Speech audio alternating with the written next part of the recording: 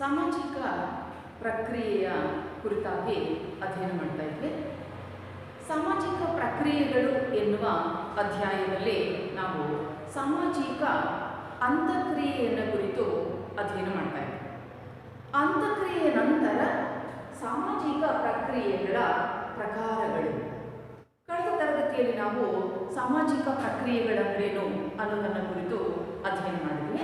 ಈ ದಿನ ಆ ಪ್ರಕಾರಗಳನ್ನು ಕುರಿತು ಅಧ್ಯಯನ ಮಾಡುವಾಗ ಸಾಮಾಜಿಕ ಪ್ರಕ್ರಿಯೆಗಳ ಪ್ರಕಾರಗಳನ್ನು ಕುರಿತು ಅಧ್ಯಯನ ಮಾಡುವಾಗ ಮೊದಲನೆಯ ಪ್ರಕಾರ ಸಹಕಾರ, ಕೋಆಪರೇಷನ್ ಎನ್ನುವಂತಹದ್ದು. ಹಾಗಾದರೆ ಇಲ್ಲಿ ಸಹಕಾರ ಅಂತಕ್ಕಂತಹದ್ದು ನಮ್ಮ ಸಮಾಜದ ಒಂದು ಬಹುಮುಖ್ಯವಾದಂತಹ ಲಕ್ಷಣ. ಸಹಕಾರದ ತಳಹದಿಯ ಮೇಲೆಯೇ ನಮ್ಮ ಸಮಾಜ ಅಂತಕ್ಕಂತಹ ಒಂದು ವ್ಯವಸ್ಥೆ ರೂಪಿತವಾಗಿರ್ತಕ್ಕಂತಹದನ್ನು ನಾವಿಲ್ಲಿ ನೋಡ್ತಾ ಇದ್ದೀವಿ. ಹೀಗಾಗಿ ಸಹಕಾರ ಅಂತಕ್ಕಂತಹ ಒಂದು ಪ್ರಕ್ರಿಯೆ ಅತ್ಯಂತ ಮಹತ್ವವನ್ನು ಪಡೆದುಕೊಳ್ತಕ್ಕಂತಹ ಒಂದು ಸಂಗತಿ ಆಗುತ್ತೆ. ಆ ಸಹಕಾರ ಪ್ರಕ್ರಿಯೆ ಸಮಾಜದಲ್ಲಿ ಯಾವೆಲ್ಲ ರೂಪದಲ್ಲಿದೆ ಎನ್ನುವುದನ್ನು ನಾವು ಗಮನಿಸುವ ಪೂರ್ವದಲ್ಲಿ ಆ ಪದ ಅದರ ಶಬ್ದೋತ್ಪನ್ನವನ್ನು ಕುರಿತು ಮೊದಲನೇದಾಗಿ ಅಧ್ಯಯನವನ್ನು ಮಾಡೋಣ. ಸಹಕಾರ ಅಂತಕ್ಕಂತಹ ಪದವನ್ನು ನಾವು ಇಂಗ್ಲಿಷಲ್ಲಿ ಕೋಆಪರೇಷನ್ ಅಂತ ಹೇಳಿ ಕರಿತೀವಿ. ಸಹಕಾರ ಅಂತಕ್ಕಂತಹ ಕನ್ನಡ ಪದಕ್ಕೆ ಇಂಗ್ಲಿಷ್ನಲ್ಲಿ ಕೋಆಪರೇಷನ್ ಅಂತಕ್ಕಂತಹ ಪದದ ಒಂದು ಅನುವಾದ ಇದೆ. ಆ ಕೋಆಪರೇಷನ್ ಎನ್ನುವ ಪದವು ಲ್ಯಾಟಿನ್ ಭಾಷೆಯ ಕೋ ಮತ್ತು ಆಪೆರರಿ ಎನ್ನುವ ಎರಡು ಪದಗಳಿಂದ ಬಂದಿದೆ. ಕೋ ಮತ್ತು ಆಪೆರರಿ ಎನ್ನುವ ಎರಡು ಪದಗಳ ಒಂದು ಸಂಯೋಜನೆ. ಇಲ್ಲಿ ಕೋ ಅಂತ ಹೇಳಿದ್ರೆ ಒಟ್ಟಿಗೆ ಅಥವಾ ಒಟ್ಟಾಗು, ಆಪೆರರಿ ಅಂತ ಹೇಳಿದ್ರೆ ಕೆಲಸ ಮಾಡು, ಒಟ್ಟಿಗೆ ಕೆಲಸ ಮಾಡು ಅಥವಾ ಒಟ್ಟಾಗಿ ಕೆಲಸ ಮಾಡು ಎನ್ನುವಂತಹದನ್ನು ಇದು ಒಳಗೊಂಡಿದೆ. ಕೋಆಪರೇಷನ್ ಎನ್ನುವ ಪದವು ಲ್ಯಾಟಿನ್ ಭಾಷೆಯ ಕೋ ಮತ್ತು ಆಪೆರರಿ ಎನ್ನುವ ಎರಡು ಪದಗಳಿಂದ ಬಂದಿದ್ದು, ಕೋ ಎಂದರೆ ಒಟ್ಟಿಗೆ, ಆಪೆರರಿ ಎಂದರೆ ಕೆಲಸ ಮಾಡು, ಒಟ್ಟಿಗೆ ಕೆಲಸ ಮಾಡು ಎನ್ನುವಂತಹದನ್ನ ಈ ಒಂದು ಸಹಕಾರ ಅಂತಕ್ಕಂತಹ ಪದ ಸೂಚಿಸುತ್ತದೆ. ಸಾಮಾನ್ಯ ಅರ್ಥದಲ್ಲಿ ನಾವು ಒಟ್ಟಾಗಿ ಕೆಲಸ ಮಾಡ್ತಕ್ಕಂತಹದ್ದು, ಒಬ್ಬರಿಗೊಬ್ಬರು ಸಹಾಯ ಮಾಡ್ತಕ್ಕಂತಹದ್ದು, ಈ ಅರ್ಥದಲ್ಲಿ ಸಹಕಾರ ಅಂತಕ್ಕಂತಹ ಪದವನ್ನು ಅನೇಕ ಸಂದರ್ಭಗಳಲ್ಲಿ ನಾವು ಬಳಸ್ತಾ ಹೋಗ್ತೀವಿ. ಎಲ್ಲಕ್ಕಿಂತ ಮುಖ್ಯವಾಗಿ ನಮ್ಮ ಸಮಾಜದ ಮೂಲಭೂತವಾದಂತಹ ತಳಹದಿಯೇ ಸಹಕಾರ. ಈ ಸಹಕಾರ ತತ್ವದ ಆಧಾರದ ಮೇಲೆಯೇ ನಮ್ಮ ಸಾಮಾಜಿಕ ಜೀವನ, ಸಮಾಜ ಅಂತಕ್ಕಂತಹ ಒಂದು ವ್ಯವಸ್ಥೆ ರೂಪಿತವಾಗಿರ್ತಕ್ಕಂಥದ್ದು. ಮತ್ತು ಪ್ರತಿಯೊಂದು ಕ್ಷೇತ್ರದಲ್ಲೂ ಸಹಕಾರವಿಲ್ಲದೆ ನಾವು ಯಾವುದೇ ಒಂದು ವ್ಯವಸ್ಥೆಯನ್ನು ಇಲ್ಲಿ ಕಲ್ಪಿಸಿಕೊಳ್ಳೋದಕ್ಕೂ ಕೂಡ ಸಾಧ್ಯ ಇಲ್ಲ. ಅಷ್ಟರ ಮಟ್ಟಿಗೆ ಸಹಕಾರ ಅಂತಕ್ಕಂತಹ ಒಂದು ಪ್ರಕ್ರಿಯೆ ಅತ್ಯಂತ ಮಹತ್ವವನ್ನು ಪಡೆದುಕೊಂಡಿದೆ. ಹಾಗಾದರೆ ಆ ಸಹಕಾರ ಅಂತಕ್ಕಂತಹ ಪದಕ್ಕೆ ಸಮಾಜಶಾಸ್ತ್ರಜ್ಞರು ಯಾವ ರೀತಿಯ ಒಂದು ವ್ಯಾಖ್ಯಾನವನ್ನು ನೀಡ್ತಾರೆ? ಮೆರಿಲ್ ಮತ್ತು ಎಲ್ರಿಚ್, ಮೆರಿಲ್ ಮತ್ತು ಎಲ್ರಿಚ್ ಎನ್ನುವಂತಹ ಸಮಾಜಶಾಸ್ತ್ರಜ್ಞರು ಸಹಕಾರ ಎನ್ನುವ ಪದವನ್ನು ಕುರಿತಾಗಿ ವ್ಯಾಖ್ಯಾನಿಸುವಾಗ ಸಹಕಾರ ಪ್ರಕ್ರಿಯೆಯು ಒಂದು ಸಾಮಾಜಿಕ ಅಂತಕ್ರಿಯೆಯ ರೂಪವಾಗಿದ್ದು, ಇಲ್ಲಿ ಇಬ್ಬರು ಅಥವಾ ಇಬ್ಬರಿಗಿಂತ ಹೆಚ್ಚು ಜನರು ಸಾಮಾನ್ಯ ಗುರಿಯನ್ನು ತಲುಪಲು ಒಟ್ಟಿಗೆ ಸೇರಿ ಕೆಲಸ ಮಾಡುತ್ತಾರೆ. ಅದನ್ನು ನಾವು ಸಹಕಾರ ಅಂತ ಹೇಳಿ ಕರಿತೀವಿ. ಮೆರಿಲ್ ಮತ್ತು ಎಲ್ರಿಚ್ ಎನ್ನುವಂತಹ ಚಿಂತಕರ ಪ್ರಕಾರ ಸಹಕಾರ ಎನ್ನುವುದು ಸಾಮಾಜಿಕ ಅಂತಕ್ರಿಯೆಯ ಒಂದು ರೂಪವಾಗಿದ್ದು, ಸಾಮಾಜಿಕ ಅಂತಕ್ರಿಯೆಯ ಒಂದು ರೂಪ, ಪರಸ್ಪರ ಒಡನಾಟದ ಒಂದು ರೂಪವಾಗಿದ್ದು, ಇಲ್ಲಿ ಇಬ್ಬರು ಅಥವಾ ಇಬ್ಬರಿಗಿಂತ ಹೆಚ್ಚು ಜನರು ಒಟ್ಟಾಗಿ ಸೇರಿ ಕೆಲಸವನ್ನು ಮಾಡ್ತಕ್ಕಂಥದ್ದು. ಅನೇಕ ಜನರು ಒಟ್ಟಾಗಿ ಇಲ್ಲಿ ಕೆಲಸವನ್ನು ಮಾಡ್ತಾರೆ. ಯಾತಕ್ಕಾಗಿ ಅಂತ ಹೇಳಿದ್ರೆ ಒಂದು ಸಾಮಾನ್ಯ ಗುರಿಯನ್ನು ತಲುಪಲು, ಒಂದು ನಿರ್ದಿಷ್ಟ ಉದ್ದೇಶವನ್ನು ಈಡೇರಿಸಿಕೊಳ್ಳಲು. ಹಾಗಾದರೆ ಎಲ್ರಿಚ್ ಮತ್ತು ಮೆರಿಲ್ ಅವರ ಪ್ರಕಾರ ಸಹಕಾರ ಎನ್ನುವುದು ಒಂದು ಸಾಮಾಜಿಕ ಅಂತಕ್ರಿಯೆಯ ರೂಪವಾಗಿದ್ದು, ಇಲ್ಲಿ ಇಬ್ಬರು ಅಥವಾ ಇಬ್ಬರಿಗಿಂತ ಹೆಚ್ಚು ಜನರು ಸಾಮಾನ್ಯ ಗುರಿಯನ್ನು ತಲುಪಲು ಒಟ್ಟಿಗೆ ಸೇರಿ ಕೆಲಸ ಮಾಡುತ್ತಾರೆ ಎನ್ನುವಂಥದ್ದು ಅದನ್ನು ಸಹಕಾರ ಅಂತ ಹೇಳಿ ಕರೀತಾರೆ. ಹೀಗೆ ಅನೇಕ ಜನರು ಒಟ್ಟಾಗಿ ಸೇರಿ ಕೆಲಸ ಮಾಡ್ತಕ್ಕಂಥದ್ದು. ನೋಡಿ, ನಮ್ಮ ಸಮಾಜ ಅಂತಕ್ಕಂಥದ್ದು ರೂಪಿತವಾಗಿರುವಂತಹದ್ದು ಈ ತತ್ವದ ಆಧಾರದ ಮೇಲಿದೆ. ಮಾನವ ಯಾವತ್ತೂ ಒಂಟಿಯಾಗಿ ಬದುಕಲು ಇಚ್ಛಿಸುವುದಿಲ್ಲ.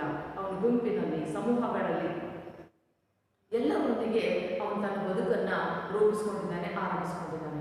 ಅಂಥ ಸಂದರ್ಭದಲ್ಲಿ ಎಲ್ಲ ಉದ್ದೇಶಗಳನ್ನು ಈಡೇರಿಸಿಕೊಳ್ಳೋದಕ್ಕೆ ಒಬ್ಬರಿಗೆ ಸಾಧ್ಯವಾಗದೆ ಹೋದಾಗ ಅನೇಕರ ಜಂಟಿ ಪ್ರಯತ್ನದಲ್ಲಿ ತಮ್ಮ ಉದ್ದೇಶಗಳನ್ನು ಈಡೇರಿಸಿಕೊಳ್ತಕ್ಕಂತಹ ಪ್ರಯತ್ನವನ್ನು ಮಾಡ್ತಕ್ಕಂಥದ್ದು. ಹೀಗಾಗಿ ಪ್ರತಿಯೊಂದು ಸಮಾಜದ ಮೂಲಭೂತ ತತ್ವದ ತಳಹದಿ ಏನು ಅಂತ ಹೇಳಿದ್ರೆ ಸಹಕಾರ. ಸಹಕಾರದ ಆಧಾರದ ಮೇಲೆ ನಮ್ಮ ಎಲ್ಲ ಕೆಲಸಗಳು, ಎಲ್ಲ ಚಟುವಟಿಕೆಗಳು ಇಲ್ಲಿ ನಡೆಯೋದಕ್ಕೆ ಅವಕಾಶ ಅಂತಕ್ಕಂಥದ್ದು ಆಗಿದೆ. ಈ ರೀತಿ ಒಟ್ಟಿಗೆ ಸೇರಿ ಅಥವಾ ಒಟ್ಟಾಗಿ ಕೆಲಸ ಮಾಡ್ತಕ್ಕಂಥದ್ದು ಎನ್ನುವಂತಹದನ್ನ ಈ ಒಂದು ಸಹಕಾರ ಅಂತಕ್ಕಂತಹ ಪ್ರಕ್ರಿಯೆಯಲ್ಲಿ ಸೂಚಿಸುತ್ತದೆ. ಹಾಗಾದ್ರೆ ಆ ಸಹಕಾರ ಪ್ರಕ್ರಿಯೆ ಕೆಲವು ಲಕ್ಷಣಗಳನ್ನ ಒಳಗೊಂಡಿದೆ. ಅದಕ್ಕೊಂದು ನಿರ್ದಿಷ್ಟವಾಗಿರ್ತಕ್ಕಂತಹ ಸ್ವರೂಪ ಅಂತಕ್ಕಂತಹದ್ದು ಇಲ್ಲಿ ಇದೆ. ಹಾಗಾದ್ರೆ ಏನು ಲಕ್ಷಣಗಳು ಈ ಸಹಕಾರ ಪ್ರಕ್ರಿಯೆಗೆ ಸಂಬಂಧಪಟ್ಟಂತೆ ಇದ್ದಾವೆ ಎನ್ನುವಂತಹದನ್ನು ನಾವು ಗಮನಿಸೋದಾದ್ರೆ 5 ಅಂಕಗಳ ಪ್ರಶ್ನೆ ವಿದ್ಯಾರ್ಥಿಗಳೇ. ಇದು ಮೊದಲನೇದು, ಸಹಕಾರ ಸಾರ್ವತ್ರಿಕ ಮತ್ತು ನಿರಂತರವಾದುದು. Universality and it is a continuous process. There is continuity and it is a continuous process ಅಂತಕ್ಕಂಥದ್ದು. ಇಲ್ಲಿ ಸಾರ್ವತ್ರಿಕ ಅಂತಕ್ಕಂತಹ ಪದವನ್ನು ನಾವು ಈ ಮೊದಲು ಅರ್ಥ ಮಾಡ್ಕೊಂಡಿದ್ದೀವಿ. ಎಲ್ಲ ಸಮಾಜಗಳಲ್ಲೂ ಎಲ್ಲ ಕಾಲದಲ್ಲೂ ಇರುವಂತಹ ಒಂದು ವ್ಯವಸ್ಥೆಯನ್ನ ನಾವು ಸಾರ್ವತ್ರಿಕ ಅಂತ ಹೇಳಿ ಕರೀತೀವಿ. ಹಾಗಾದ್ರೆ ಇಲ್ಲಿ ಸಹಕಾರ ಅಂತಕ್ಕಂಥದ್ದು ಸಾರ್ವತ್ರಿಕವಾದುದು. ಸಹಕಾರ ಪ್ರಕ್ರಿಯೆ ಎಲ್ಲ ಸಮಾಜಗಳಲ್ಲೂ ಎಲ್ಲ ಕಾಲದಲ್ಲೂ ಇರ್ತಕ್ಕಂತಹ ಒಂದು ವ್ಯವಸ್ಥೆಯಾಗಿದೆ. ನಾವು ಈ ಮೊದಲು ಭಾವಿಸಿದಂತೆ ಸಹಕಾರ ಎನ್ನುವುದು ನಮ್ಮ ಸಮಾಜದ ಒಂದು ತತ್ವ, ಸಮಾಜದ ಒಂದು ತಳಹದಿ. ಹಾಗಾಗಿ ಎಲ್ಲ ಹಂತಗಳಲ್ಲೂ ನಮ್ಮ ಸಾಮಾಜಿಕ ಜೀವನದಲ್ಲಿ ಸಹಕಾರ ಅಂತಕ್ಕಂಥದ್ದು ಅತ್ಯಂತ ಪ್ರಮುಖವಾದಂತಹ ಒಂದು ಪ್ರಕ್ರಿಯೆಯಾಗಿ ರೂಪುಗೊಂಡಿದೆ. ಬಹುಶಃ ಸರಳವಾಗಿದ್ದಂಥ ಸಮಾಜದಲ್ಲೂ, ಆರಂಭದ ಸಮಾಜದಲ್ಲೂ ಕೂಡ ಮಾನವ ಒಬ್ಬರು ಮತ್ತೊಬ್ಬರ ಸಹಾಯವನ್ನ ಪಡ್ಕೊಂಡೇನೆ ತಮ್ಮ ಉದ್ದೇಶಗಳನ್ನ ಈಡೇರಿಸಿಕೊಳ್ತಕ್ಕಂಥ ಪ್ರಯತ್ನವನ್ನ ಮಾಡಿದ್ದಾರೆ. ಮತ್ತು ಮುಂದುವರೆದು ಇವತ್ತಿನ ಸಮಾಜದಲ್ಲಿ, ಭವಿಷ್ಯದ ಸಮಾಜಕ್ಕೆ ನಾವು ಅರ್ಥ ಮಾಡಿಕೊಳ್ಳೋದಾದ್ರೆ ಅಥವಾ ಕಲ್ಪಿಸಿಕೊಳ್ಳೋದಾದ್ರೆ ಎಲ್ಲ ಸಮಾಜಗಳಲ್ಲೂ ಸಹಕಾರ ಅಂತಕ್ಕಂಥದ್ದು ಬೇಕು. ಎಲ್ಲ ಕ್ಷೇತ್ರಗಳಲ್ಲಿ ಸಹಕಾರ ಇಲ್ಲದೆ ಯಾವ ಕೆಲಸಗಳು ಇಲ್ಲಿ ನಡೆಯೋದಕ್ಕೆ ಸಾಧ್ಯ ಇಲ್ಲ. ಆದ್ದರಿಂದ ಸಹಕಾರ ಅಂತಕ್ಕಂತಹ ಒಂದು ಪ್ರಕ್ರಿಯೆ ಸಾರ್ವತ್ರಿಕವಾಗಿ ಕಂಡುಬರುತ್ತದೆ, ಎಲ್ಲೆಡೆ ಸರ್ವವ್ಯಾಪಕವಾದುದು ಮತ್ತು ಇದು ನಿರಂತರವಾದುದು. ಸದಾಕಾಲ ಇರುತ್ತದೆ. ಯಾವುದೋ ಒಂದು ನಿರ್ದಿಷ್ಟ ಅವಧಿಗೆ, ನಿರ್ದಿಷ್ಟ ಕಾಲಕ್ಕೆ ಸೀಮಿತವಾಗಿಲ್ಲ. ಅದಕ್ಕೆ ಬದಲಾಗಿ ಇದು ನಿರಂತರವಾಗಿ ನಡೀತಕ್ಕಂಥದ್ದು. ಮಾನವ, ಅವನ ಗುರಿಗಳು, ಅವನ ಉದ್ದೇಶಗಳು, ಅವುಗಳನ್ನು ಈಡೇರಿಸಿಕೊಳ್ತಕ್ಕಂಥದ್ದು ಈ ಎಲ್ಲ ಹಂತಗಳಲ್ಲೂ ಅಲ್ಲಿ ಸಹಕಾರ ಅಂತಕ್ಕಂತಹ ಭಾವನೆ ನಿರಂತರವಾಗಿ ಕಂಡುಬರುತ್ತದೆ. ಆ ಸಹಕಾರದಿಂದಲೇ ಸಮಾಜಗಳು ಅಭಿವೃದ್ಧಿಯನ್ನು ಸಾಧಿಸೋದಕ್ಕೆ ಸಾಧ್ಯ ಆಗುತ್ತೆ. ಹಾಗಾಗಿ ಸಾರ್ವತ್ರಿಕತೆ ಮತ್ತು ನಿರಂತರತೆ ಅಂತಕ್ಕಂತಹದ್ದು ಮೊದಲ ಲಕ್ಷಣ. ಎರಡನೆಯದು ಸಾಮಾನ್ಯ ಉದ್ದೇಶಗಳು. ನಾವು ವ್ಯಾಖ್ಯೆಯನ್ನು ನೋಡ್ತೀವಿ. ಒಂದು ನಿರ್ದಿಷ್ಟ ಉದ್ದೇಶವನ್ನು ತಲುಪೋದಕ್ಕೆ ಇಬ್ಬರು ಅಥವಾ ಇಬ್ಬರಿಗಿಂತ ಹೆಚ್ಚು ಜನರು ಒಟ್ಟಾಗಿ ಸೇರಿ ಕೆಲಸವನ್ನ ಮಾಡ್ತಕ್ಕಂಥದ್ದು. ಹಾಗಾದ್ರೆ ನಮ್ಮ ಉದ್ದೇಶಗಳನ್ನ ಒಬ್ಬ ವ್ಯಕ್ತಿಗೆ ಈಡೇರಿಸಿಕೊಳ್ಳಲು ಸಾಧ್ಯವಾಗದೆ ಹೋದಾಗ ಅನೇಕರ ಸಹಾಯವನ್ನ, ನೆರವನ್ನ ಪಡೆದುಕೊಳ್ತಕ್ಕಂಥದ್ದು ಇಲ್ಲಿ ಸಹಕಾರದ ಮೂಲ ತಳಹದಿ ಆಗಿರುತ್ತದೆ. ಉದಾಹರಣೆಗೆ ನಾವೊಂದು ಕಾರ್ಖಾನೆಯನ್ನು ತೆಗೆದುಕೊಂಡ್ರೆ ಅಲ್ಲಿ ವಸ್ತುಗಳ ಉತ್ಪಾದನೆ ಒಂದು ಗುರಿ ಅಥವಾ ಉದ್ದೇಶ. ಆ ಉದ್ದೇಶವನ್ನ ತಲುಪೋದಿಕ್ಕೆ ಅನೇಕ ಜನರು, ನೂರಾರು, ಸಾವಿರಾರು ಕಾರ್ಮಿಕರು ಅಲ್ಲಿ ಒಟ್ಟಾಗಿ ಕೆಲಸವನ್ನ ಮಾಡ್ತಾರೆ. ಆ ಮೂಲಕ ಆ ವಸ್ತುಗಳ ಉತ್ಪಾದನೆ ಅಂತಕ್ಕಂಥದ್ದು ಸಾಧ್ಯ ಆಗುತ್ತೆ. ಇಲ್ಲಿ ಉದ್ದೇಶ ಯಾವುದು? ವಸ್ತುಗಳ ಉತ್ಪಾದನೆ, ಕಾರ್ಖಾನೆಗಳಲ್ಲಿ ವಸ್ತುಗಳ ಉತ್ಪಾದನೆ. ಆ ಉದ್ದೇಶವನ್ನು ತಲುಪೋದಕ್ಕೆ, ಈಡೇರಿಸಿಕೊಳ್ಳೋದಕ್ಕೆ ಅನೇಕ ಜನರು ಒಟ್ಟಾಗಿ ಈ ಕೆಲಸವನ್ನ ಮಾಡ್ತಾರೆ. ಹೀಗೆ ಪ್ರತಿಯೊಂದು ಸಹಕಾರ ತತ್ವದ ಹಿಂದೆ ನಿರ್ದಿಷ್ಟವಾಗಿರ್ತಕ್ಕಂತಹ ಉದ್ದೇಶಗಳು ಇರುವಂತಹದನ್ನು ನಾವಲ್ಲಿ ನೋಡ್ತೀವಿ. ಒಂದು ಕಾಲೇಜು, ಅದಕ್ಕೊಂದು ಸಾಮಾನ್ಯ ಉದ್ದೇಶ ಇದೆ. ಉತ್ತಮವಾದಂತಹ ಫಲಿತಾಂಶವನ್ನು ತರಬೇಕು, ಎಲ್ಲರೂ ಇಲ್ಲಿ ಕಲಿತಕ್ಕಂಥ ಎಲ್ಲ ಮಕ್ಕಳು ಒಳ್ಳೆಯ ಅಂಕಗಳನ್ನು ತಗೊಳ್ಬೇಕು, ಇದು ಸಾಮಾನ್ಯ ಉದ್ದೇಶ. ಇದಕ್ಕಾಗಿ ಅಲ್ಲಿರ್ತಕ್ಕಂಥ ಎಲ್ಲರೂ ಒಟ್ಟಾಗಿ ಪ್ರಯತ್ನವನ್ನ ಮಾಡ್ತಾರೆ. ಹೀಗೆ ಒಂದು ಸಾಮಾನ್ಯವಾಗಿರ್ತಕ್ಕಂತಹ ಉದ್ದೇಶ ಅಂತಕ್ಕಂತಹದ್ದು ಸಹಕಾರದ ಇನ್ನೊಂದು ಬಹುಮುಖ್ಯವಾಗಿರ್ತಕ್ಕಂತಹ ಒಂದು ಲಕ್ಷಣ ಆಗಿದೆ. ಮತ್ತೊಂದು ಸಾಮಾನ್ಯ ಪ್ರತಿಫಲ. ನೋಡಿ, ಸಹಕಾರದ ಜೊತೆಯಲ್ಲಿ ನಾವು ಆ ಸಹಕಾರ ವ್ಯಾಪ್ತಿಯನ್ನ ಅರ್ಥ ಮಾಡಿಕೊಳ್ಳುವಂತಹ ಸಂದರ್ಭದಲ್ಲಿ ಇಲ್ಲಿ ಪ್ರತಿಫಲವನ್ನ ಎಲ್ಲರೂ ಕೂಡ ಪಡ್ಕೊಳ್ತಾರೆ. ಒಂದು ಗುರಿಯನ್ನು ತಲುಪಿದಾಗ ಸಿಗ್ತಕ್ಕಂತಹ ಸಂತೋಷ ಆಗಿರ್ಬೋದು, ಒಂದು ಗುರಿಯನ್ನು ತಲುಪಿದಾಗ ಸಿಗ್ತಕ್ಕಂತಹ ಲಾಭ ಆಗಿರ್ಬೋದು, ಆ ಲಾಭವನ್ನ ಪ್ರತಿಫಲದ ರೂಪದಲ್ಲಿ ಎಲ್ಲರೂ ಪಡೆದುಕೊಳ್ಳೋದಕ್ಕೆ ಅವಕಾಶ ಅಂತಕ್ಕಂತಹದ್ದು ಇದೆ. ಒಂದು ಕಾರ್ಖಾನೆಯಲ್ಲಿ ವಸ್ತುವಿನ ಉತ್ಪಾದನೆ, ಅದರಿಂದ ಬರ್ತಕ್ಕಂತಹ ಲಾಭ ಎಲ್ಲರಿಗೂ ಹಂಚಿಕೆಯಾಗುತ್ತದೆ. ಅಥವಾ ಒಂದು ಕ್ರಿಕೆಟ್ ಟೀಮಿನವರು ಆಟದಲ್ಲಿ ಗೆದ್ದಾಗ ಸಿಕ್ಕಂತಹ ಪ್ರತಿಫಲವನ್ನ ಪ್ರತಿಯೊಬ್ಬರೂ ಕೂಡ ಪಡೆದುಕೊಳ್ತಾರೆ. ಆ ಟೀಮಿನಲ್ಲಿರ್ತಕ್ಕಂತಹ ಆಟಗಾರರೆಲ್ಲರೂ ಕೂಡ ಅದರ ಪ್ರತಿಫಲವನ್ನ ಪಡೆದುಕೊಳ್ತಾರೆ. ಹೀಗೆ ಒಂದು ಉದ್ದೇಶವನ್ನ ಈಡೇರಿಸಿಕೊಳ್ಬೇಕು ಅಂತ ಯಾರೆಲ್ಲ ಒಟ್ಟಾಗಿ ಪಾಲ್ಗೊಂಡಿರ್ತಾರೆ, ಯಾರೆಲ್ಲ ಒಟ್ಟಾಗಿ ಭಾಗವಹಿಸಿರ್ತಾರೆ, ಅವರೆಲ್ಲರೂ ಕೂಡ ಒಂದು ನಿರ್ದಿಷ್ಟವಾದಂತಹ ಪ್ರತಿಫಲವನ್ನ, ಲಾಭವನ್ನ ಪಡೆದುಕೊಳ್ತಾರೆ. ಆ ಲಾಭ ಬೇರೆ ಬೇರೆ ರೂಪದಲ್ಲಿರ್ಬೋದು, ವಸ್ತುವಿನ ರೂಪದಲ್ಲಿರ್ಬೋದು, ಆಸ್ತಿಯ ರೂಪದಲ್ಲಿರ್ಬೋದು, ಹಣದ ರೂಪದಲ್ಲಿರ್ಬೋದು, ಬಹುಮಾನದ ರೂಪದಲ್ಲಿರ್ಬೋದು. ಆದರೆ ಅದರಿಂದ ದೊರೆತಕ್ಕಂತಹ ಒಂದು ಪ್ರತಿಫಲವನ್ನ ಅಲ್ಲಿ ಪಾಲ್ಗೊಳ್ತಕ್ಕಂತಹ ಎಲ್ಲರೂ ಕೂಡ ಪಡೆದುಕೊಳ್ಳೋದಕ್ಕೆ ಅವಕಾಶ ಅಂತಕ್ಕಂಥದ್ದು ಇದೆ. ಮತ್ತೊಂದು ಸಹಕಾರವನ್ನ ನಾವು ಸ್ವಾರ್ಥರಹಿತ ಎನ್ನುವಂತಿಲ್ಲ. ಅಂದ್ರೆ ಇಲ್ಲಿ ಸ್ವಾರ್ಥ ಇದೆ ಅನ್ನುವಂತಹದನ್ನ ಅದು ಸೂಚಿಸುತ್ತದೆ. ಸ್ವಾರ್ಥರಹಿತ ಎನ್ನುವಂತಿಲ್ಲ ಅಂದ್ರೆ ಇಲ್ಲಿ ಸ್ವಾರ್ಥ ಇದೆ ಅಂತಕ್ಕಂತಹದನ್ನ ಸೂಚಿಸುತ್ತದೆ. ಏನ್ ಸ್ವಾರ್ಥ ಇದೆ ನೋಡಿ, ನಮ್ಮ ಉದ್ದೇಶವನ್ನ ತಲುಪೋದಿಕ್ಕೆ, ನಮ್ಮ ಗುರಿಯನ್ನು ತಲುಪೋದಿಕ್ಕೆ ಅನೇಕ ಜನರು ಒಟ್ಟಾಗಿ ಕೆಲಸ ಮಾಡುವಾಗ ಅಲ್ಲಿ ಸ್ವಾರ್ಥದ ಅಂಶಗಳು ಕಂಡು ಬರುತ್ತದೆ. ಅಂದ್ರೆ ಎಲ್ಲರೂ ಕೂಡ ಒಟ್ಟಾಗಿ ಪ್ರಯತ್ನವನ್ನು ಮಾಡ್ತಾರೆ, ನಮ್ಮ ಆ ಒಂದು ಗುರಿಯನ್ನು ತಲುಪಲೇಬೇಕು ಅಂತಕ್ಕಂತಹ ಆಕಾಂಕ್ಷೆಯನ್ನು ಹೊಂದುತ್ತಾರೆ, ಅಲ್ಲಿ ಸ್ವಾರ್ಥ ಇರಬಹುದು. ಉದಾಹರಣೆಗೆ ಒಂದು ರಾಜಕೀಯ ಪಕ್ಷವನ್ನು ನಾವು ತೆಗೆದುಕೊಂಡ್ರೆ, ಆ ರಾಜಕೀಯ ಪಕ್ಷದಲ್ಲಿರ್ತಕ್ಕಂತಹ ಅಸಂಖ್ಯಾತ ಕಾರ್ಯಕರ್ತರು, ಒಂದು ರಾಷ್ಟ್ರೀಯ ಪಕ್ಷವನ್ನು ತಗೊಂಡ್ರೆ ಅಸಂಖ್ಯಾತ ಕಾರ್ಯಕರ್ತರು ಅಲ್ಲಿ ಕೆಲಸ ಮಾಡ್ತಾರೆ. ಅಲ್ಲಿ ಆ ಕೆಲಸ ಮಾಡುವಾಗ ಒಂದು ಉದ್ದೇಶವನ್ನ ತಲುಪುವಂತ ಇದು ಆಸೆ ಅವರಲ್ಲಿ ಇರುತ್ತೆ. ಅದ್ರ ಜೊತೆಗೆ ನಾವು ಕೂಡ ಒಂದು ನಿರ್ದಿಷ್ಟ ಕೆಲಸವನ್ನ ಮಾಡುವುದರ ಮೂಲಕ ಯಾವುದಾದ್ರೂ ಒಂದು ಅಧಿಕಾರದ ಚುಕ್ಕಾಣಿಯನ್ನು ಹಿಡಿಬಹುದು, ಅಥವಾ ಯಾವುದಾದ್ರೂ ಒಂದು ಮಂತ್ರಿ ಪದವಿಯನ್ನು ಪಡ್ಕೊಳ್ಬಹುದು, ಅಥವಾ ಯಾವುದಾದ್ರೂ ಒಂದು ನಿಗಮ ಮಂಡಳಿ ಅಧ್ಯಕ್ಷರಾಗಬಹುದು. ಈ ತರದ ಆಸೆಗಳು ಸಾಮಾನ್ಯವಾಗಿ ಇರುತ್ತದೆ.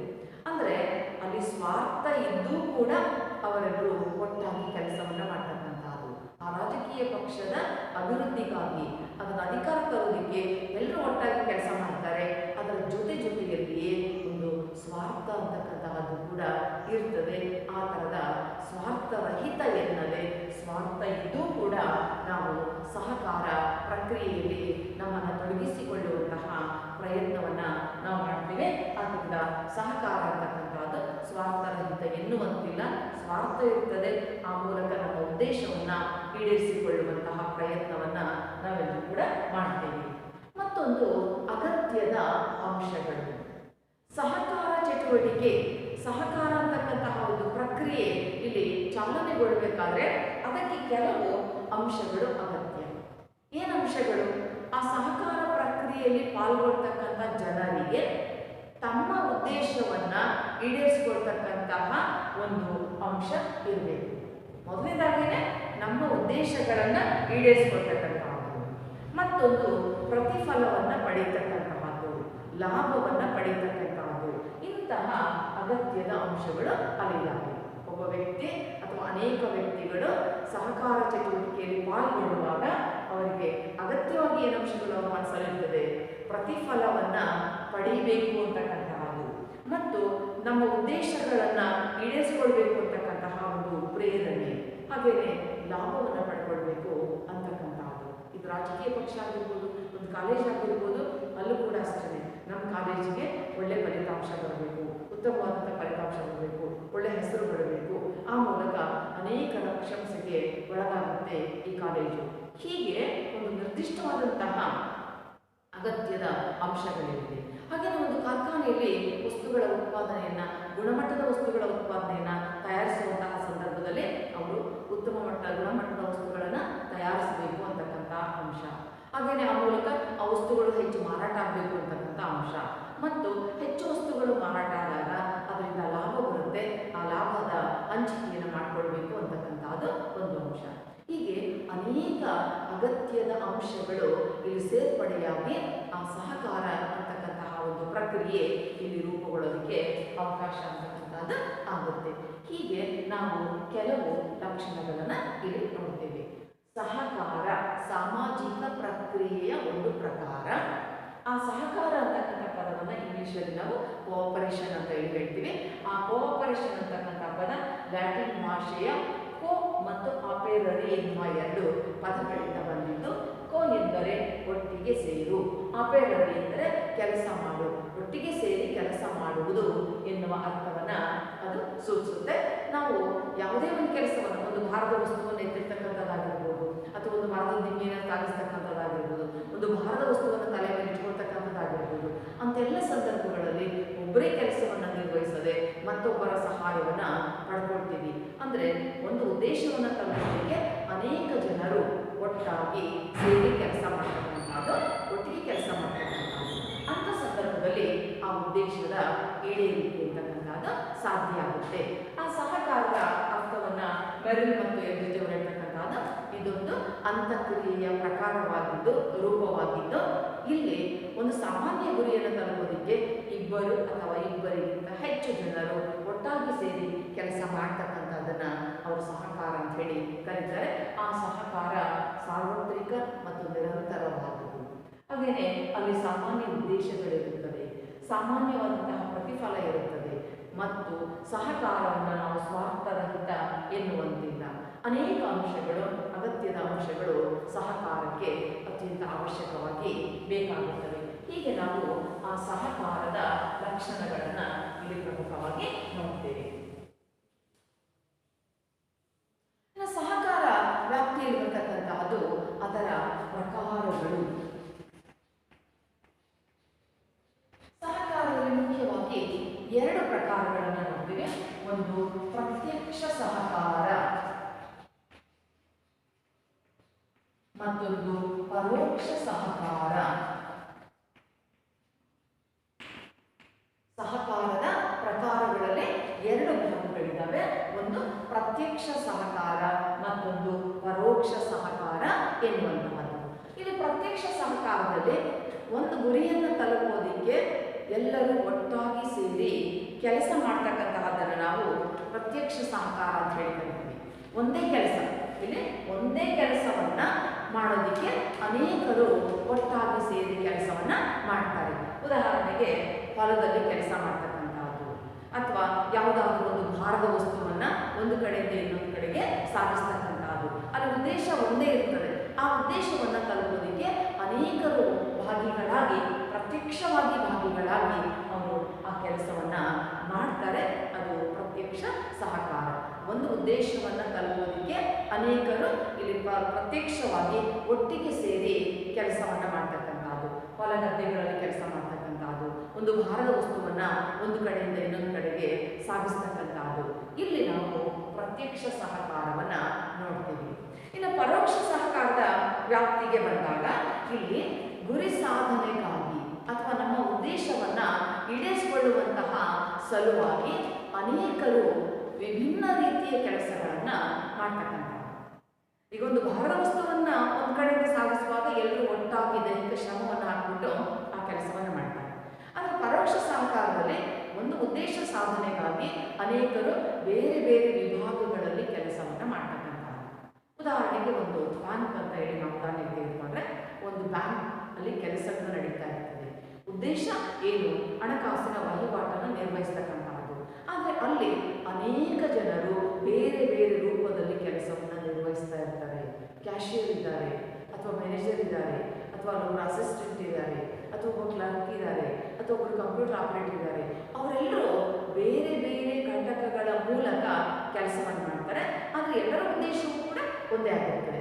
ಒಂದು ಉದ್ದೇಶವನ್ನು ತಲುಪೋದಕ್ಕೆ ಅನೇಕರು ಬೇರೆ ಬೇರೆ ಘಟಕಗಳಲ್ಲಿ ಕೆಲಸವನ್ನು ಮಾಡ್ತಕ್ಕಂಥದ್ದು. ಹಾಗೆಯೇ ಒಂದು ಕಾಲೇಜಿನ ಉದಾಹರಣೆಯನ್ನು ತೆಗೆದುಕೊಂಡ್ರೆ ಅಲ್ಲಿ ಪ್ರಾಚಾರ್ಯರಿದ್ದಾರೆ, ವಿವಿಧ ವಿಷಯಗಳ ಉಪನ್ಯಾಸಕರಿದ್ದಾರೆ, ಅಟೆಂಡರ್ ಇದ್ದಾರೆ, ಕ್ಲರ್ಕ್ ಇದ್ದಾರೆ, ಬೇರೆ ಬೇರೆ ಸಿಬ್ಬಂದಿ ವರ್ಗದವರಿದ್ದಾರೆ.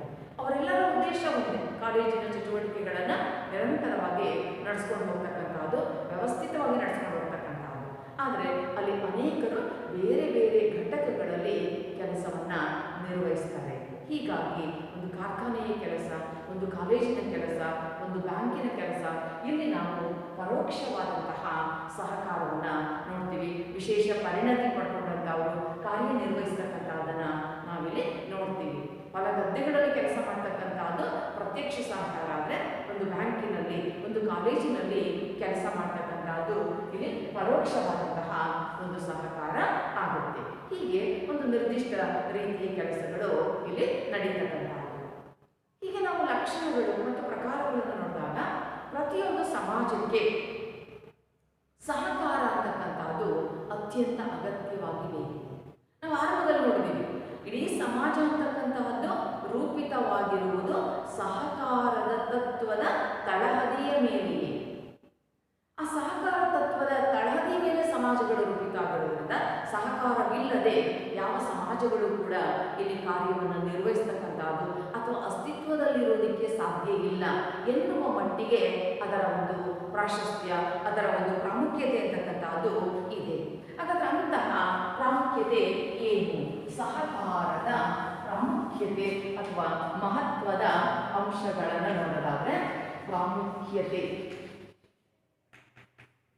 ಸಹಕಾರ ಎನ್ನುವುದು ಒಂದು ಸಾಮಾಜಿಕ ಅಗತ್ಯ. ಸಹಕಾರ ಎನ್ನುವುದು ಒಂದು ಸಾಮಾಜಿಕವಾದಂತಹ ಅಗತ್ಯವಾಗಿ ಕಂಡುಬರುತ್ತದೆ. ಜೈವಿಕ ಅಸ್ತಿತ್ವಕ್ಕೆ ಸಹಾಯಕ, ಜೈವಿಕ ಅಸ್ತಿತ್ವಕ್ಕೆ ಸಹಾಯಕವಾಗಿರ್ತಕ್ಕಂಥದ್ದನ್ನು ನೋಡ್ತೀವಿ. ಹಾಗೆಯೇ ಪ್ರಗತಿಗೆ ಪೂರಕ, ಪ್ರಗತಿ ಸಾಧನೆ ಮಾಡುವಂಥ ಸಂದರ್ಭದಲ್ಲಿ ಸಹಕಾರದ ಅವಶ್ಯಕತೆ ಅಂತಕ್ಕಂಥದ್ದು ಅತ್ಯಂತ ಮಹತ್ವದ್ದು. ಜಾಗತಿಕ ಸಮಸ್ಯೆಗಳಿಗೆ ಪರಿಹಾರ ನೀಡುತ್ತದೆ. ಜಾಗತಿಕ ಸಮಸ್ಯೆಗಳಿಗೆ ಪರಿಹಾರ,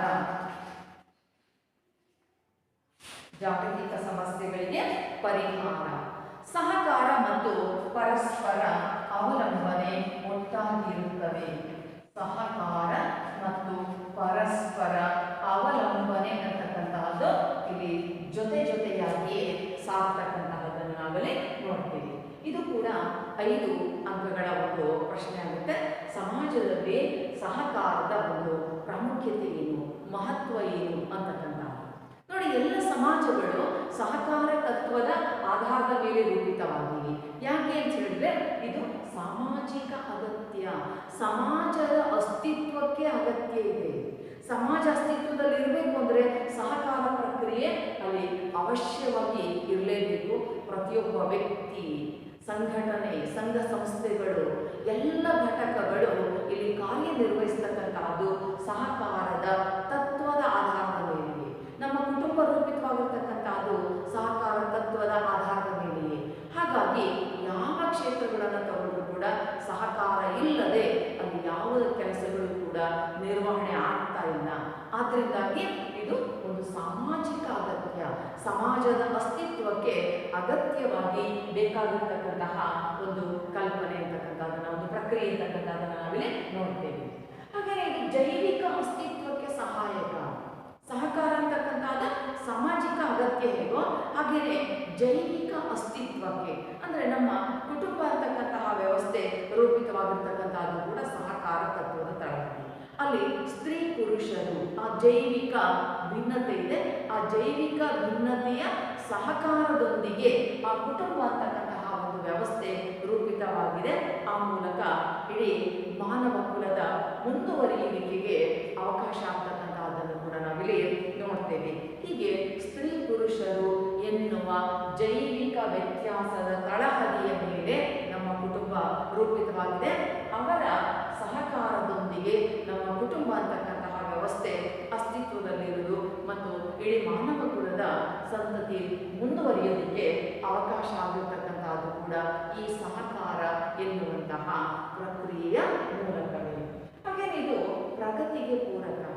ಯಾವ ಕ್ಷೇತ್ರದಲ್ಲಿ ನಾವು ಸಂಪೂರ್ಣವಾದಂತಹ ಸಹಕಾರವನ್ನು ನೋಡ್ತೀವಿ, ಕೆಲಸ ಮಾಡ್ತಕ್ಕಂತಹ ಎಲ್ಲರೂ ಸಹಕಾರ ಭಾವನೆಯನ್ನು ಕಾಣ್ತೀವಿ, ಅಲ್ಲಿ ಅಭಿವೃದ್ಧಿ ಸಾಧ್ಯ ಆಗುತ್ತೆ. ನೀವು ಒಂದು ಬ್ಯಾಂಕನ್ನು ತಗೊಳ್ಳಿ, ಅಲ್ಲಿರ್ತಕ್ಕಂಥ ಎಲ್ಲ ಸಿಬ್ಬಂದಿ ವರ್ಗದವರು ಪರಸ್ಪರ ಸಹಕಾರದಿಂದ ಕಾರ್ಯನಿರ್ವಹಿಸ್ತಾ ಇದ್ರೆ ಅಲ್ಲಿ ಉತ್ತಮವಾದಂತಹ ಕಾರ್ಯನಿರ್ವಹಣೆ ಕಂಡುಬರುತ್ತದೆ. ಒಂದು ಕೈಗಾರಿಕೆಯನ್ನು ತೆಗೆದುಕೊಂಡ್ರೆ, ಒಂದು ಕಾರ್ಖಾನೆಯನ್ನು ತೆಗೆದುಕೊಂಡ್ರೆ ಅಲ್ಲಿರ್ತಕ್ಕಂತಹ ಕಾರ್ಮಿಕರು ಮಾಲೀಕರ ನಡುವೆ ಪರಸ್ಪರ ಸಹಕಾರ ಇದ್ದಾಗ ಅಲ್ಲಿ ವಸ್ತುಗಳ ಉತ್ಪಾದನೆ ಅಂತಕ್ಕಂಥದ್ದು ವ್ಯವಸ್ಥಿತವಾಗಿ ಆಗೋದಕ್ಕೆ ಅವಕಾಶ ಅಂತಕ್ಕಂಥದ್ದು ಅಲ್ಲಿ ಕಂಡು ಬರ್ತದೆ. ಹಾಗೆ ಒಂದು ರಾಜಕೀಯ ಪಕ್ಷವನ್ನು ತೆಗೆದುಕೊಂಡ್ರು ಕೂಡ ಅಲ್ಲಿರ್ತಕ್ಕಂಥವ್ರಿಗೆ ಪರಸ್ಪರ ಸಹಕಾರ ಭಾವನೆ ಇದ್ದಾಗ ಮಾತ್ರ ಅವರ ಪಕ್ಷ ಅಧಿಕಾರ ಪಡೆಯೋದಕ್ಕೆ, ಬಹುಮತವನ್ನು ಪಡ್ಕೊಳ್ಳೋದಕ್ಕೆ ಅವಕಾಶ ಅಂತಕ್ಕಂಥದ್ದು ಸಿಗುತ್ತೆ. ಹೀಗೆ ನಾವು ಎಲ್ಲಿ ಸಹಕಾರ ಭಾವನೆಯನ್ನು ಕಾಣ್ತೀವಿ ಅಲ್ಲಿ ಪ್ರಗತಿಗೆ ಅವಕಾಶಗಳಿದೆ, ಪ್ರಗತಿಗೆ ಪೂರಕವಾಗಿರ್ತಕ್ಕಂತಹ ಒಂದು ವಾತಾವರಣ ಅಂತಕ್ಕಂಥದ್ದು ಇಲ್ಲಿ ಲಭ್ಯ ಆಗಿರ್ತಕ್ಕಂಥದ್ದನ್ನು ನೋಡ್ತೀವಿ. ಅಂತೆಯೇ ಈ ಸಹಕಾರ ಭಾವನೆಯಿಂದ ಜಾಗತಿಕ ಸಮಸ್ಯೆಗಳಿಗೆ ಕೂಡ ಪರಿಹಾರ ಸಿಗ್ತಕ್ಕಂಥದ್ದು. ಇವತ್ತು ವಿಶ್ವಸಂಸ್ಥೆಯ ಉದ್ದೇಶ ಅಷ್ಟೇ, ವಿವಿಧ ರಾಷ್ಟ್ರಗಳ ನಡುವೆ, ಅನೇಕ ರಾಷ್ಟ್ರಗಳ ನಡುವೆ ಬರ್ತಕ್ಕಂತಹ ಸಮಸ್ಯೆಗಳನ್ನು ಬಗೆಹರಿಸ್ತಕ್ಕಂಥದ್ದು, ಗೊಂದಲಗಳನ್ನು ಪರಿಹರಿಸ್ತಕ್ಕಂಥದ್ದು ಮತ್ತು ಅಲ್ಲಿ ಸಹಕಾರ ಭಾವನೆಯನ್ನು ಉಂಟು ಮಾಡ್ತಕ್ಕಂಥದ್ದು. ಇಲ್ಲಿ ಸಹಕಾರ ಅಂತಕ್ಕಂಥದ್ದು ಕೇವಲ ವ್ಯಕ್ತಿಗತವಾದಂತಹ ಒಂದು ಕ್ರಿಯೆ ಅಲ್ಲ, ಇದು ವ್ಯಕ್ತಿಗಳ ನಡುವೆ, ಸಂಘ ಸಂಸ್ಥೆಗಳ ನಡುವೆ, ರಾಜ್ಯಗಳ ನಡುವೆ, ರಾಷ್ಟ್ರಗಳ ನಡುವೆ ಇರತಕ್ಕಂತಹ ಒಂದು ಮನಸ್ಥಿತಿ. ಹಾಗಾಗಿ ಇಲ್ಲಿ ಅನೇಕ ರಾಷ್ಟ್ರಗಳ ನಡುವೆ ಎದುರಾಗ್ತಕ್ಕಂಥ ಹಲವಾರು ಗೊಂದಲಗಳು, ಹಲವಾರು ಸಮಸ್ಯೆಗಳಿಗೆ ಇವತ್ತು ಸಹಕಾರ ತತ್ವದ ಮೇಲೆಯೇ ಪರಿಹಾರ ಅಂತಕ್ಕಂಥದ್ದು ದೊರೆಯೋದಕ್ಕೆ ಅವಕಾಶ ಅಂತಕ್ಕಂಥದ್ದು ಇಲ್ಲಿ ಸಿಗ್ತಾ ಇದೆ. ಹೀಗಾಗಿ ನಾವು ಜಾಗತಿಕ ಮಟ್ಟದಲ್ಲೂ ಸಮಸ್ಯೆಗಳನ್ನು ಪರಿಹರಿಸೋದಕ್ಕೆ ವಿಶ್ವಸಂಸ್ಥೆಯಂತಹ ವೇದಿಕೆಗಳಿದ್ದಾವೆ. ಅವುಗಳು ಪರಸ್ಪರ ವಿಭಿನ್ನ ದೇಶಗಳ ನಡುವಿನ ಸಹಕಾರದೊಂದಿಗೆ ಆ ಸಮಸ್ಯೆಗಳನ್ನು ಪರಿಹರಿಸುವಂತಹ ಪ್ರಯತ್ನವನ್ನು ಮಾಡ್ತಾ ಇದ್ದಾರೆ. ಹಾಗಾಗಿ ಇವತ್ತು ನಾವು 3ನೇ ಮಹಾಯುದ್ಧದಂತಹ ಘೋರ ಕೃತ್ಯಗಳು ಇಲ್ಲಿ ಸಂಭವಿಸದಿರೋದಕ್ಕೆ ಕಾರಣ ಏನಪ್ಪ ಅಂತ ಹೇಳಿದ್ರೆ, ವಿಶ್ವಸಂಸ್ಥೆ ವಿವಿಧ ರಾಷ್ಟ್ರಗಳ ನಡುವೆ ಸಹಕಾರ ಭಾವನೆಯನ್ನು ರೂಪಿಸಿದ ಸೌಹಾರ್ದತೆಯನ್ನು ಉಂಟು ಮಾಡುವಂತಹ ಪ್ರಯತ್ನವನ್ನು ಮಾಡ್ತಾ ಇದೆ.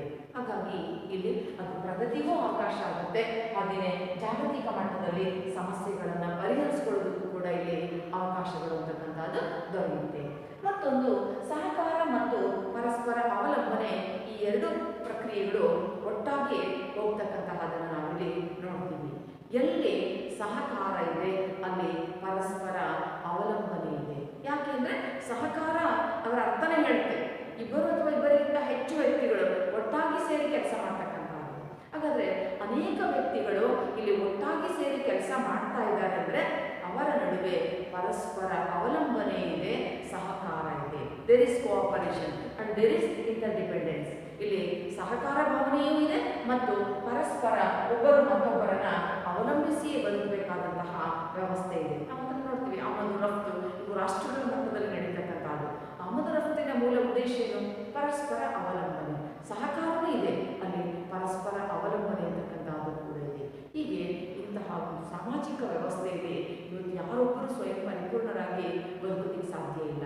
ಅಂತೆಲ್ಲ ಸಂದರ್ಭಗಳಲ್ಲಿ ಸಹಕಾರದ ತತ್ವ ಅಂತಕ್ಕಂಥದ್ದು ಇಲ್ಲಿ ಪರಸ್ಪರ ಅವಲಂಬನೆಯ ರೂಪದಲ್ಲಿ ಕಾಣ್ತಾ ಇದೆ.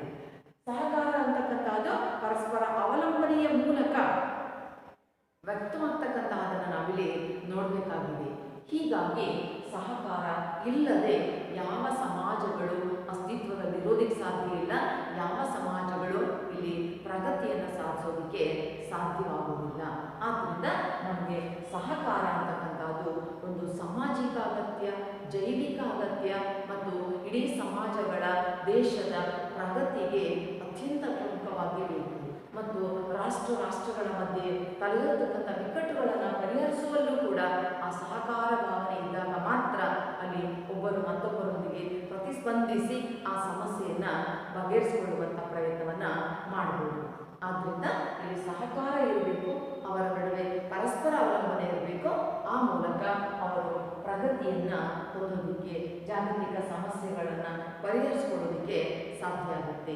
ಹೀಗೆ ಇಲ್ಲಿ ಕೌಟುಂಬಿಕ ಹಂತದಿಂದ ಹಿಡಿದು ಜಾಗತಿಕ ಮಟ್ಟದವರೆಗೆ ನಾವು ಈ ಒಂದು ಸಾಮಾಜಿಕ ಅಗತ್ಯ ಅಂತಕ್ಕಂತಹ ಪರಿಕಲ್ಪನೆಯನ್ನು ಈ ಸಹಕಾರದ ಪ್ರಾಮುಖ್ಯತೆಗೆ ಸಂಬಂಧಪಟ್ಟಂತಹ ವಿಚಾರದಲ್ಲಿ ನೋಡಬಹುದಾಗುತ್ತೆ.